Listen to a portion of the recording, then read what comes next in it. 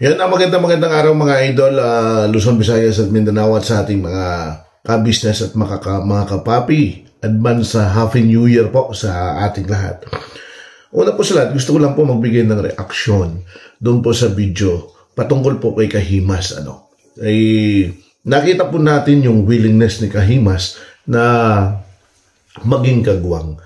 Pero kung ating pong pagbabatayan, ang sinabi ni Mr. Ka-business, noong una pa man, sinabi niya na wala na papasok pa na kagwang. Huli na yan. Pero, along the way, nakita natin na pumasok si Wakiwak. So siguro para sa akin, ito yung nag-trigger kay Kahimas, na at least ipaalam kay Mr. Ka-business at sa buong kagwang yung kanyang willingness na maging kagwang. Kaya nga lang, ito na, inisa-isa, bilib ako doon sa sinabi ni Bong, sabi nga ni Bong, ayaw niya kasi si Bong naman, nauunawaan natin yung damdamin niya dahil may karanasan na sila. Kumbaga ayaw lang ni Bong mangyari maulit yung mga nakaraan. Pasintabi po, di po ba, may mga taong pumasok sa bahay ng ka-business na kung saan ay pagkatapos nagkaroon ng ibang daan na tinahak, di po ba? So siguro ang mga ganitong klaseng pagkakataon ang siyang iniiwasan ni Bong na mangyari uli. Alam natin na napakasagrado ng kagwang kasi sila po ang nagiging katuwang, sila po ang nagiging kaagapay, sila po ang nagiging saklay ng ka-business. Kumbaga frontliner. Sa unang hakbang ay nandyan agad ang mga kagwang. Sila ang unang nakasalang sa anumang mga misyon na ginagawa ng ka-business. Pero pag nilay-nilayan natin ito pong si Kahimas. Although, alam natin na ang desisyon ay galing kay Mr. Ka-business. Pero tingnan natin yung karakteristik ni Kahimas. Una, si Kahimas may edad na. Sorry po Kahimas yung pong kanyang edad. Ano po ang implikasyon nun? So nakikita natin yung sinseridad ng isang tao, which is nakikita naman natin sa kanyang pagsasalita, sa kanyang pagpapaabot. Sabi nga niya, may edad ako, pero iba yung kanyang puso kasi gusto pa niyang makahalubilo sa kagwang. Pangalawa, ang nakikita natin, malaking faktor sana si Kahimas kasi mayroon siyang angking galing nakakaiba sa mga kagwang. Ito yung pagtitherapy. So, maaaring makapag-encounter o maka-encounter si Mr. Ka-business ng mga problema na nangangailangan ng therapy. So, andyan po si Kahimas. So, iba-iba naman ang mga kumbaga kakayahan ng bawat kagwang. Kaya lang, nasasaraduhan ito dahil nga sa sinasabi na kailangan dumaan sa masusing proseso. Dahil nga sa karanasan ni Ka-business. Nagdoon nga sa video, may video tayo yung nag-uusap sila, yung patungkol kay si Buknoy. Nag-uusap si Kahimas at si Buknoy, tinatanong siya ni Buknoy kung kaya mo, sabi, kung kaya gagawin. Di ba? Yung ganun pinag-usapan nila patungkol po sa Islam. Sinasabi naman ni Kahimas is, kaya ko. Oo, kaya. Pero kung usaping budget, doon tayo nagkakaiba. Yun yung naalala ko tuloy yung sinabi ng kapitbahay namin na the spirit is willing, but stomach cannot. Ibig sabihin, nung tinanong ko, ano ba ibig sabihin nun? Sabi niya, gusto ko talagang gawin yun. Kaya nga lang, hindi ko kaya dahil nagugutom ako. Diba? Parang ganun ang so, kayang gawin ni Kahimas, pero pagdating sa budget, doon lang nagkakaisa. So, dapat maunawaan yun. Ako, ang aking pong isasuggest sana kung mamarapatin ng buong ka-business team ni Mr. Ka-business at ng mga kagwang. Since nagpahayag naman siya ng willingness, ihang muna, tingnan. And then, pwede siguro si Kahimas isama muna sa mga misyon.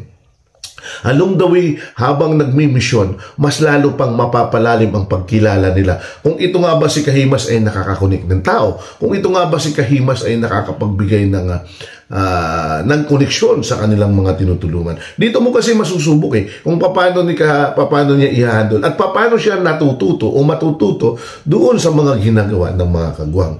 So, pwedeng ganito muna ang sitwasyon kung ako si Ka-Business. Pero again mga idol, hindi ko po pinangungunahan dito si Mr. Ka-Business. This is just only a suggestion. Sinasuggest lang natin. Pwede naman muna na hindi siya pagdesisyonan bilang kagwang. Isama lang siya sa mga gawain ng kagwang para mas lalo pa nilang maobserbahan. Kasi mahirap husgahan ang isang tao. Kung sa isang paghaharap lang, mahirap mong maarok ang kanyang damdamin. Ako, habang pinanonood ko, andyan yung willingness niya. Nakikita ko sa puso niya, yung talagang pagtulong. Magkaiba lang, unique nga ito kasi may edad siya, di po ba? So, magiging kakaiba siyang gagawin. Kaya lang, tulad ng sinasabi natin, napaka-sagrado ng pagiging kagawang Kasi, talagang pinili ito Pinili ito ni Mr. Ka-Business. Although si Mr. Ka-Business ang magbibigay ng desisyon at nagpahayag ang mga kagwang. Nagpahayag na rin si Bong ng pagtutol. So, pwede naman siyang payagan. I do believe na pwede siyang payagan, sumama muna. Sumama sa mga misyon. Yan ay kung willing siya. Tanungin siya, sige, sama ka muna. Di po ba? Parang ganun. Dahil, mahirap pagsadhan ang isang pagkakataon. Although nasabi na natin, malay natin, may papel na gagampanan si Kahimas sa Ka-Business. It's either hindi man siya maging kagwang, di ba? Pwede naman siguro maging Ka-Business family. Maging miyembro ng Ka-Business. Hindi mo nakagwang. Di po ba ito yung prosesong pinagdaanan? Ang bawat pagkakataon, naniniwala kasi ako ng bawat pagkakataon ay hindi sinasadya. Although, ang pronouncement ay nanggagaling kay Mr. Kahimas. So, ganoon lang siguro ano po sa inyong opinion mga ka-business at mga kapapi. Ako, ganoon lang po ang aking punto de vista, kaya po napa-reaction ako dito na pwede kong mamarapatin, ipasama muna siya. 2 punto ang pwede nating makuha habang sumasama siya. Una, mismo kaming mga viewers, kaming mga nanonood, makikita namin sa kilos at gilaw kung karapat-dapat nga ba siya. Mismo si Mr. Ka-Business, sa mga paglalakbay off-cam na hindi nakikita naman ng mga viewers, ay maaarok niya kung tunay nga at karapat-dapat siyang maging kagwang. Kung paano siya nakakapag-koneksyon doon sa mga tao, sa mga mahihirap, makikita mo ang puso mismo ni Kahimas. Above all, nakakapanghinayang kasi mayroon siyang talento na pwedeng maghamit na hindi kaya ng mga kagwang. At yun ang pagiging therapy. Malaking bagay po yan sa bagay na yan. Sinasabi natin na ang lahat ng kagwang ay may kanya-kanyang talento. Iba't iba sila. Mayroon si Bong kakaiba, mayroon si Intoy kakaiba, mayroon si Intoy kakayahan na hindi kaya ni Bong, hindi kaya ni Buknoy. Pero mayroon din si Buknoy at si Intoy at si Bong kakayahan na hindi kaya ni Intoy. Parang ganoon, di po ba? So, pinaghalo at pinagsama-sama ang galing ng bawat kagwang. Ang sa akin lang, dahil nasa estado na po siyempre may edad na po si Kahimas, para hindi man siya masyadong masaktan. For the meantime, kahit hindi man siya maging kagwang, makakausad pa rin siya. Makakausad pa rin siya na matulungan sa kanyang channel at pwede siyang makasama sa mga misyon. Kung sa ganitong sitwasyon gagawin, mas lalong nabibigyan yung eagerness ni Kahimas na maging kagwang. Part of the training. Pwedeng ganun yun.